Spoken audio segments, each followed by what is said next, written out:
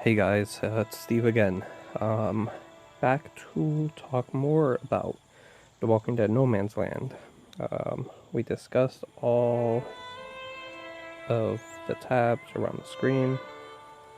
Now let's get really quick into each of the building types, what they do, and what they're good for. So, this is my layout. You can move the buildings around. Um, I'm pretty OCD, and I have to make sure there's exactly in the exact same amount of spaces in between each building, so I'm pretty OCD. I know a lot of people aren't, but I'm a little strange when it comes to that. Alright, so this first building here, with the exclamation mark, is the Campfire. Oh, sorry. This is a level 1, it's always going to be a level 1. It can't be upgraded. Actually hit the exclamation mark, and then this is what comes up. This is the current mission I'm on. If I hit continue, it'll actually take me directly into the current mission I have to do. So that's a fast way of getting into your next story mission. It's really cool. If you zoom in, you actually see all the little characters running around.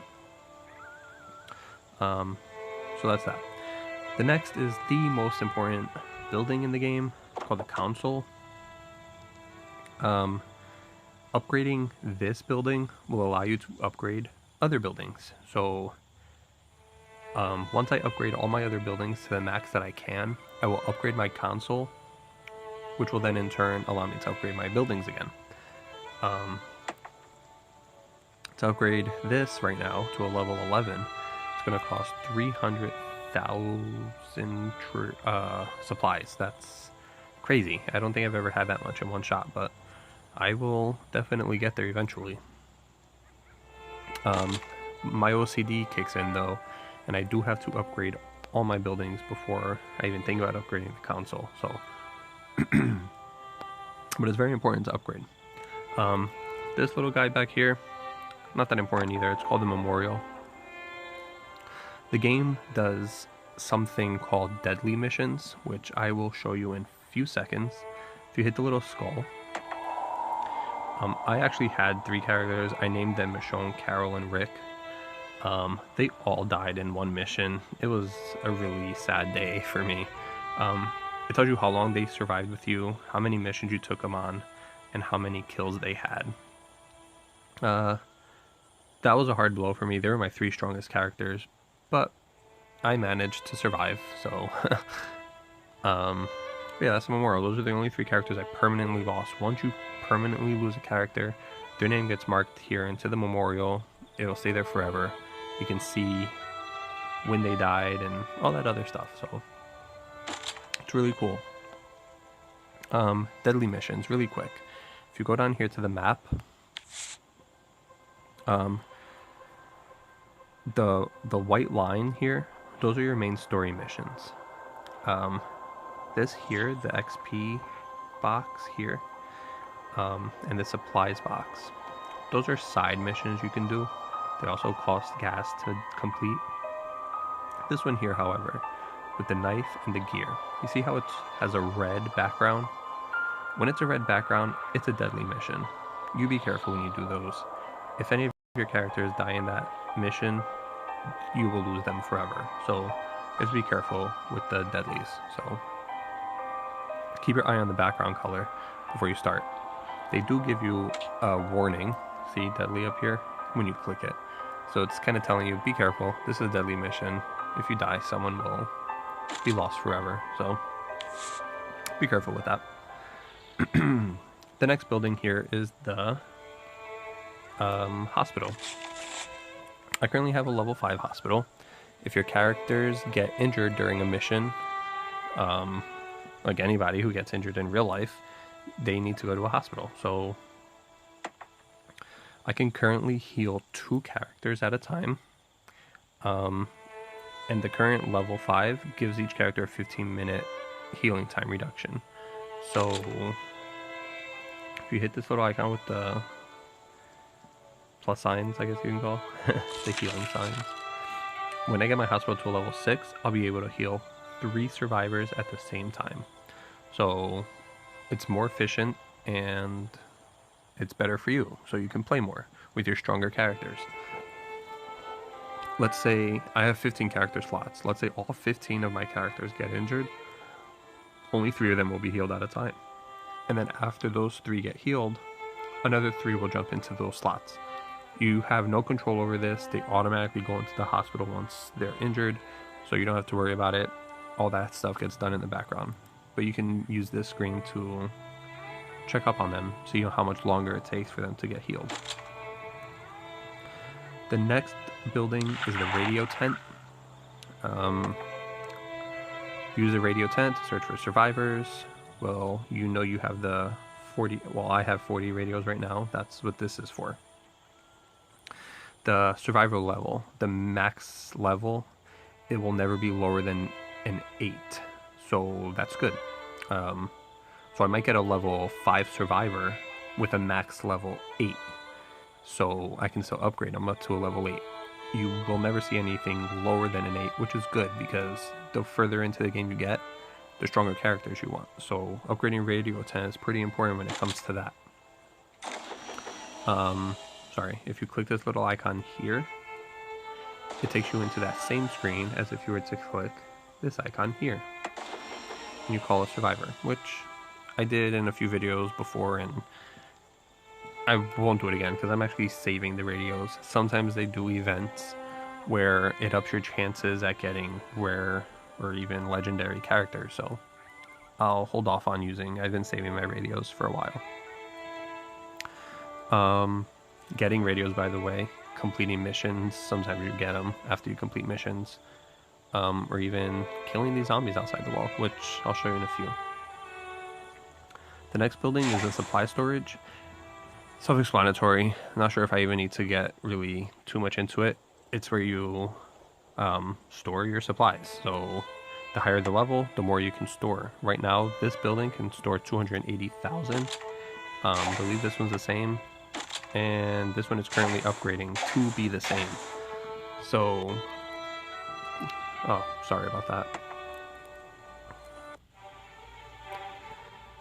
Yeah, if you don't do much in the game for a while, it actually makes you idle.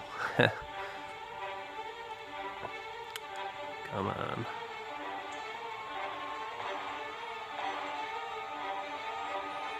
It's actually a really cool intro. It's fairly new. It didn't used to look like this before. Okay, so yeah, those are the supply storages. That's self-explanatory. I already talked about the tents and the farm plots, which I'm collecting from here.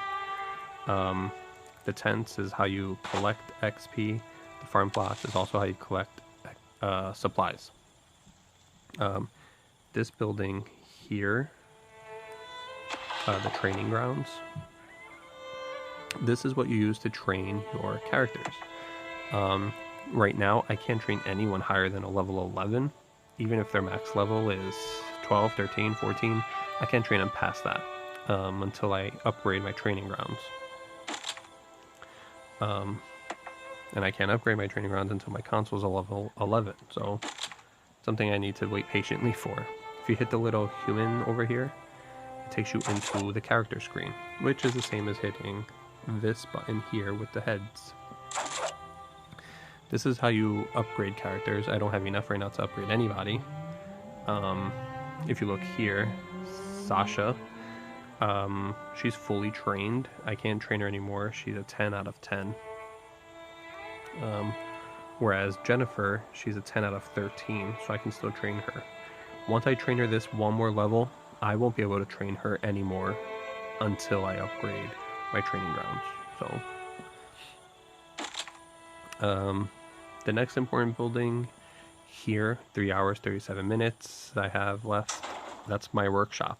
I'm currently upgrading a weapon, or gear for that matter. If I want to speed it up, it's 36 gold. If you want to cancel an upgrade, you actually hit the X here and it'll cancel it. If you hit this little button here, it's the same as hitting this button on the left here with the number 22 counting down.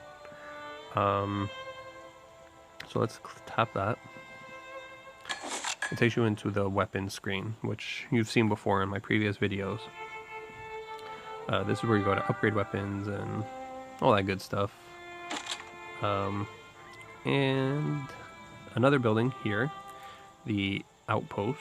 This is the portal for the player versus player gameplay. If you tap it, you can actually upgrade the Outpost, which will give you more crates to collect per hour. Right now, it produces 60 crates per hour, and it doesn't hold more than 480. So once it reaches 480, you will not be able to collect any more crates until you collect them. So upgrading the Outpost that's really all it's for, is for the crate production. The last building, which isn't really a building, but the mission car, I think I got into it a little bit earlier before too. This controls how much gas you have. So right now I have 15 gas.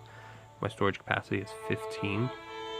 If you upgrade, you will get an extra +2.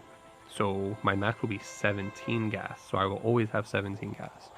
As you move on in the story, each mission costs more and more gas. So upgrading your mission car is very important in making sure your gameplay isn't interrupted. So it's a good idea to upgrade your mission car. So that's all of the buildings. There is one last building on the outside. It's called a zombie pit. Walker pit, sorry. Same thing. If you hit the info, this is where you capture walkers, and you use the walkers to defend your outpost. I showed you in a previous video an outpost attack.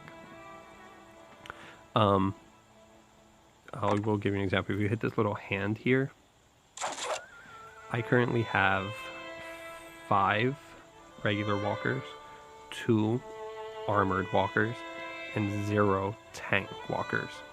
And these are their levels. So I have they're all level 11s. So it's really neat. So when someone raids my outpost, they're going to be faced with 2 armored walkers and 5 normal walkers at those corresponding levels. If you want to collect a tank walker, you tap tank. It costs 5,000 crates to get 1 tank. These are the strongest zombies probably in the game, the most difficult to take out. I don't have any tanks yet because, as you can see, the crates to capture them is pretty high. I've been more focused on collecting these guys. I can capture another one of these, so let's do that. Okay, capture. I just spent 2,000 crates, but now I have 6 walkers. So I used some crates, I caught a walker, that's cool. Now he's in my outpost defending if anyone decides to attack me. One last thing for this video, these little green circles, very important to tap them every time you see them. Tap a green, it shoots a walker. As you can see, you get XP, you get supplies, sometimes you get gold bars, sometimes you even get radio phones. Okay, this round I just got supplies and XP, but you do get gold and radios every so often as well. Very important whenever you see a little green bubble, tap it, see what you get. It's a fun little thing to check every so often. Whenever you come in to collect supplies from your farm plots and stuff like that, just shoot the zombies, see what you get. They repopulate every so often, so it's really cool. So that's it for this video. Check me out next time. I will take you on a mission. I will show you what the gameplay is all about. And yeah, so I'll see you next time.